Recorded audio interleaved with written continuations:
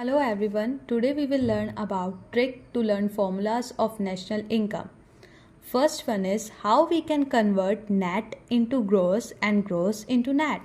We know that net one is a small circle and gross one is a big circle. So when we have to go from net to gross, we will add that.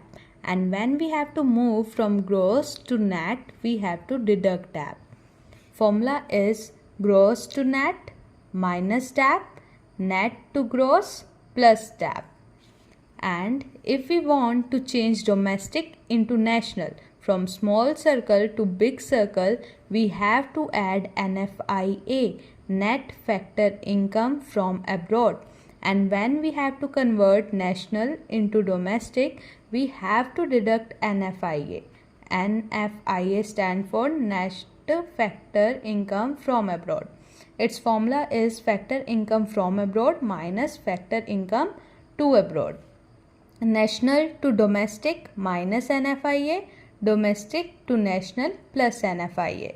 If we talk about moving from factor price to market price, then we have to add NIT, net indirect tax.